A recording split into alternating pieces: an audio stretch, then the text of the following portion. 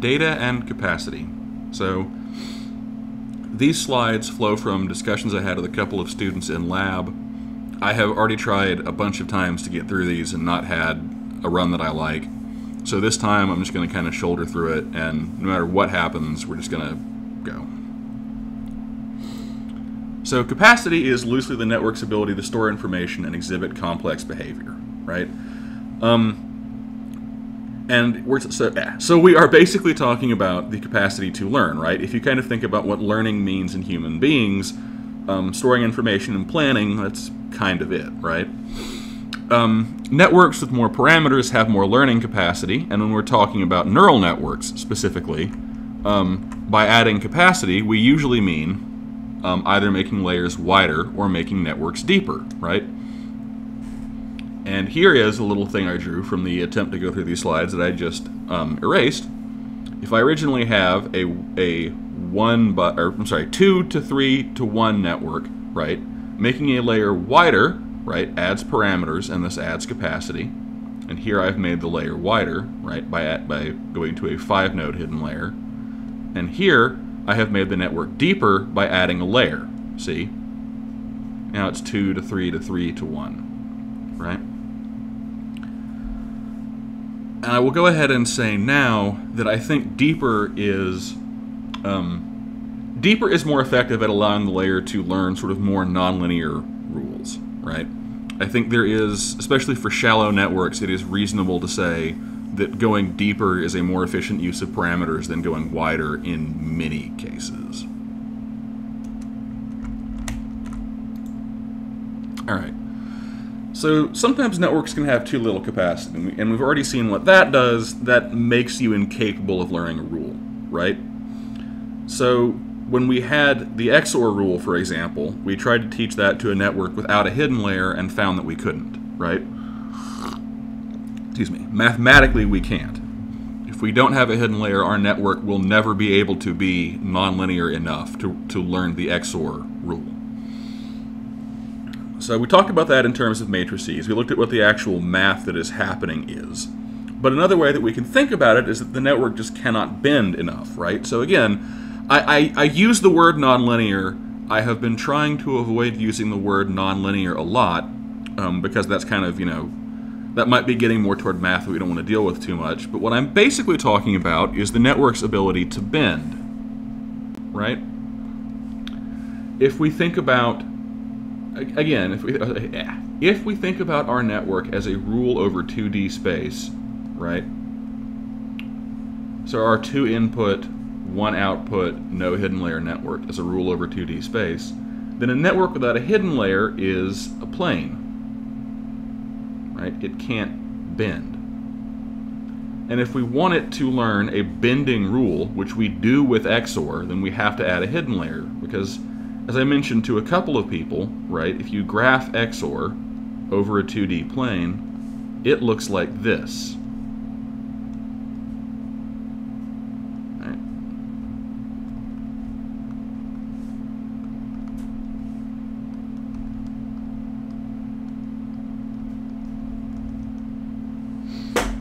And if you can kind of tell what I'm trying to draw here in 3D space, right, you need some kind of rule that goes up here, but then back down. See? You have to learn a rule that bends, literally bends in this example, right? And the only way we can get there is to add capacity. We had to add a hidden layer, right? And in general, adding more capacity, and especially adding more hidden layers, results in a greater ability for the network to learn a rule that bends.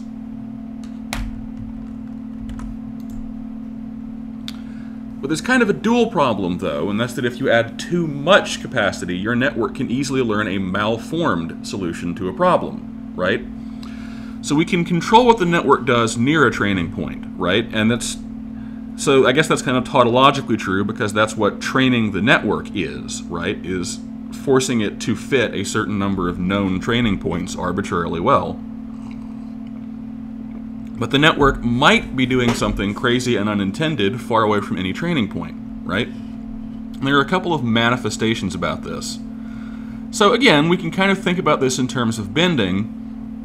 And if adding more layers, especially, again, adding more capacity, especially adding more layers, helps our network to learn a bendier rule, then having too many layers will let our network learn a very bendy rule, even while it hits all our training points. And there are a couple of, like if you look on the internet, you can find graphs for this, right? But if we kind of imagine our space again, this time I'm going to pick a 2D space, or I'm sorry, a 1D space, right? So we have one input, one output, right? Here's the input, here's the output. If we have way too much capacity, so we might have a couple of points that look sort of like this. If we have way too much capacity, then our network could easily learn a rule that looks like this.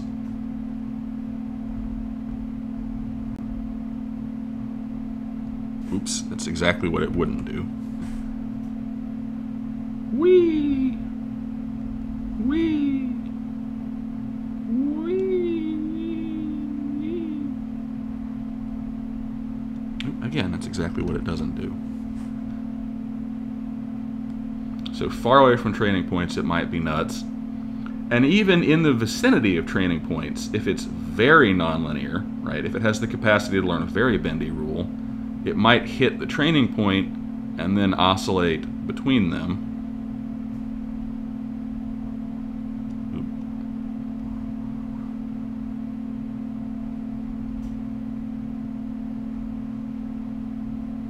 Right, something like that. And that's obviously not what we would want it to learn to do, right? So here we have too much capacity, and that capacity has allowed the network to learn a rule that is not the kind of simple, smooth rule we might want it to learn, right? So we might have done something nuts, and if we have our one input, one output, we might have added a bunch of very wide layers. And our network is using all that capacity to do a thing that we do not intend.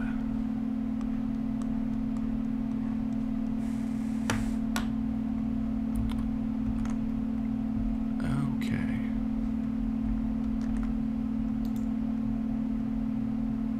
And now I have to restart the presentation. There we go. And again, our reported loss will be very low because while it is doing this, oh, and now we can't see it. Good. But while it's doing this, it is hitting every training point, right? So our reported loss is going to be very small. So if a network, if a network doesn't work far away from the points we trained it on, we say it isn't generalizing, right? So ultimately, if we're training a neural network here, we don't really care about what it does on the known training points because we already know those answers. We care about what it's going to do on a novel point it hasn't seen yet, right? We want to be able to run this network on points here and here and here and see what it does, right? I guess I should say x1 values here and here and here and here and see what it does. And if it has really low loss on the training set, and I'll define that word in a moment because that's one of the topics of these slides, right? But if it has really low loss on the points we trained it on, but then when we run it on points it hasn't seen and it produces gibberish, like it would right here at least, that's a problem, right? We say this network isn't generalizing well. It's not generalizing from the known points to the unknown points. Oops, wrong color.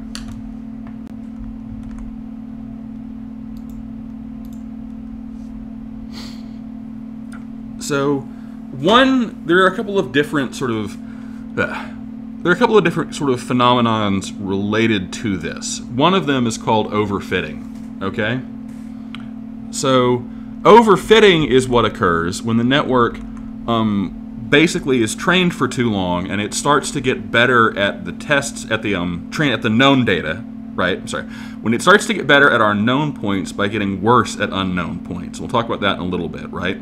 But that phenomenon is called overfitting. And I had intended to save this for later, but I guess it's kind of, it's worth it to mention it for now. Yeah. So adversarial examples are a kind of related problem. They exploit the complexity of a network to force it to behave in unexpected ways, right?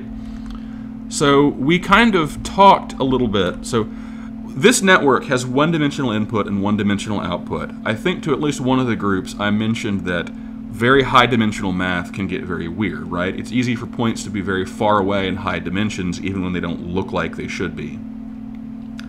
So what you can basically do, what you can basically do with that is you can exploit the fact that this network has potentially learned a very sort of featureful, wrinkly rule. So, oh Lord. All right, sorry about that. Got to just keep going some out of time. So what an adversarial example is, right, is when you have a network with very high capacity. It's very difficult, if not impossible, to keep it from doing something like this somewhere, right? And what an adversarial example does is it looks for these regions. It looks for these regions where a training point is very, very near some complex topology, and then it finds a very teeny, tiny little bit of noise that it can add to bop a point across one of these lines. And the effect that that has is that it causes the network to produce weird, crazy behavior, right? So you might be watching your network train on all of these points and converge to a very tiny loss, but then somebody finds, like, a known training point, right, plus some really tiny number that makes the network go crazy. And there are some sort of famous or infamous examples of these, okay? So, one of the more alarming ones is that people have found little geometric shapes they can print on paper and stick to stop signs. And if they do that, that will attack the neural nets in self-driving cars and cause them to ignore the stop sign or accelerate or brake early. And that's what's happening, is they found some little bit of static, basically, that they can put somewhere in the car's visual field that will just sort of get very close to one of these little decision boundaries and bop the output over from, let's just say, brake to gas and cause the car to do exactly what you don't want it to do. Another more whimsical one that I remember that wouldn't get people killed, at least, well, I don't know, the scenarios that would get people killed are a lot harder to imagine. People trained an AI on, I think it was SciFar, actually. And one of the categories for SciFar is animal, and one of them is, or turtle it might be specifically turtle. And I think one of them was gun. And what they basically did is they found a 3D, like they actually 3D printed it. They designed a tortoise with a little pattern on its shell. And if you hold it up to the network, it thinks that's a gun. It outputs gun. And that's because of this. They added a little bit of noise to the pattern on the tortoise shell.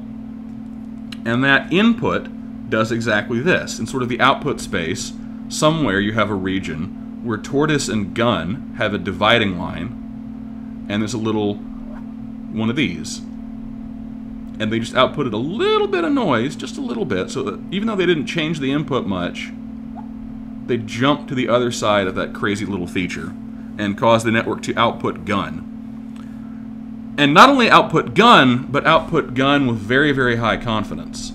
Right? 99% certain that network is that round blotchy thing you're holding up is probably an AK. And that's really, so I had intended to talk about adversarial examples later, if at all, right? So we might revisit those later as well. So for now, one of the take-home rules here is don't be too smart, right? So, well, I will go back and mention very quickly, we can't do much about adversarial examples. That, to the best of my knowledge, is still an open, hard problem. We do have techniques we can use to help address overfitting. So one consequence is that you don't want to use a model with too much capacity, right? More isn't always better, okay? So you want to kind of find the smallest model that will adequately solve your problem, right? That will adequately solve your problem, by which I mean converge to a small enough loss that you want, right? So think about what a good value for small is for your loss, and then find the smallest model that will do that. Because, again, deeper models with more capacity have a greater ability to generate these undesired behaviors near novel points. So another important rule is that more is always better. More data is always better. And again, I've kind of had side conversations with a couple of students during the labs about needing more data for certain problems. So I guess now I'm going to say that officially to everybody, right? You'll find a bunch of different rules for how much data you need on the internet. I don't know of a good, reliable, universal one. The general answer is lots. Much as you can get, right? I've seen, some knowledgeable people say it is exponential, right? That if you have theta parameters, you need theta squared input points. I've seen some people say it is lower, right, in the area of 4 theta, which is still a lot, right? So I'm re-recording this after I recorded the image processing slides, and there's a point in the image processing slides where we find out that one of the, a fairly not huge model ends up with 30,000 parameters, right? And if a fairly not huge model can end up with 30,000 parameters, then if we follow this rule, that means we need, what, I don't know, 900 million data points, in theory? I can't move a decimal in my head. I might have really done that wrong. Lots, right? Point is lots. So, general rule, how much data do you need? Lots. Much as you can get.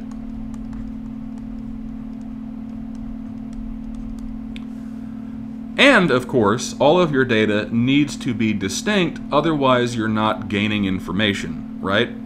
So it would not be effective to just say, oh, I'll replicate one of my points 900 million times, because that's not creating, in our input space, right? That's not creating new points. You're just training on this one point a bunch, right? The point of getting lots of data is to cover this space, right?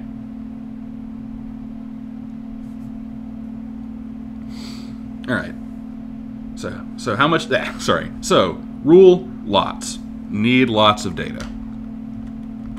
So these two things taken together have sort of an interesting consequence, right? Complex behavior, like we talked about, requires high capacity, right? The more complex behavior a network has to exhibit, the more things it has to remember, the higher capacity you need, right? Sometimes your problem just requires high capacity. But high capacity requires big data, right? The more complicated your network gets, the more data you need to train it adequately.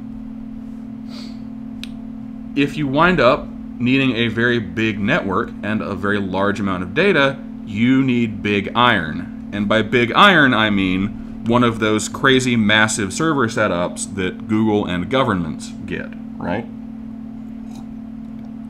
And I think that is sort of, an unsung point between or behind a lot of novel efforts like GPT-2 or that StarCraft AI that Google did, whose name escapes me. Whoops.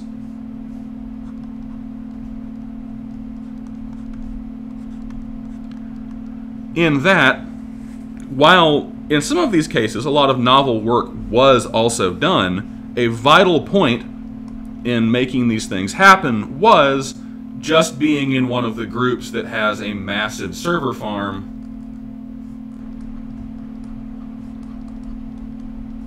can employ people to gather high quality data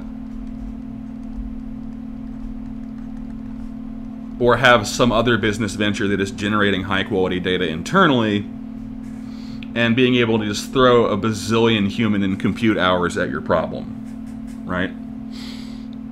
And I think these things, as much as they are testaments to anything else, are testaments to how much compute power and how much ability to gather data groups like Google and Facebook have, right?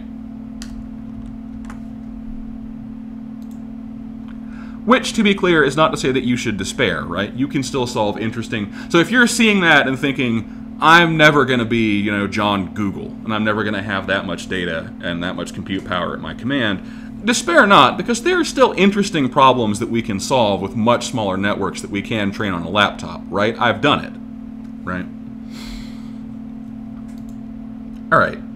So rule 3, use a test set, right? So how can we detect if our network generalizes badly? By testing it on points that it never saw during training, right? What overfitting is behaving badly on points never seen during training, right? So an easy way that we can do that is to hold aside some portion of our data, right? Never train the network on this data, right? Never let the network see this data during training. And then see how the network does on this data as it trains, right?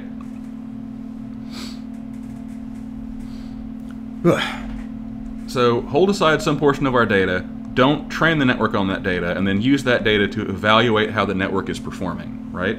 This gives us a training set, which is the data that we're directly training the network on, right? Updating parameters based on. And then the test set, which is the data that we use to check how well the network is learning to generalize, right?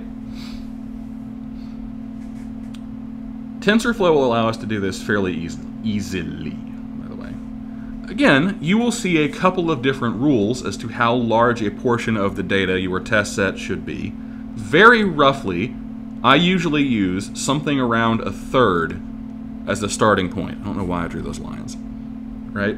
So train on 2/3 of your data, test on 1/3, right? That's very loosely what I often do.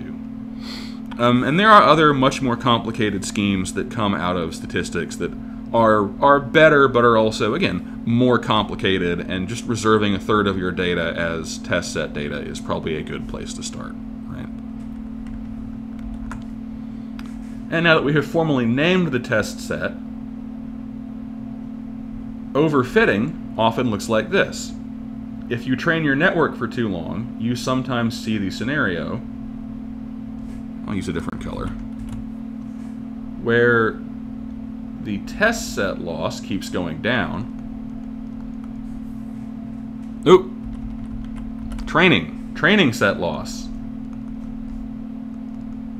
keeps going down, but the test set loss starts going back up.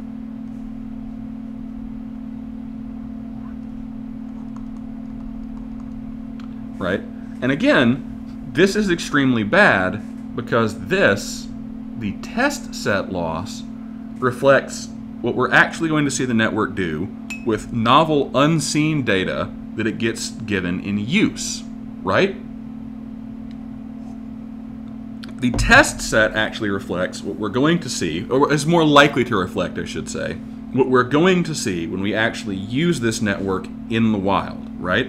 So if our test set loss starts going up, even as our training set loss keeps going down, then the performance metric that we actually care about is degrading, right?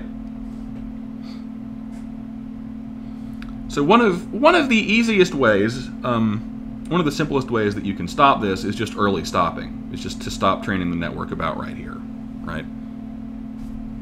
Figure out where this point is empirically, and then halt.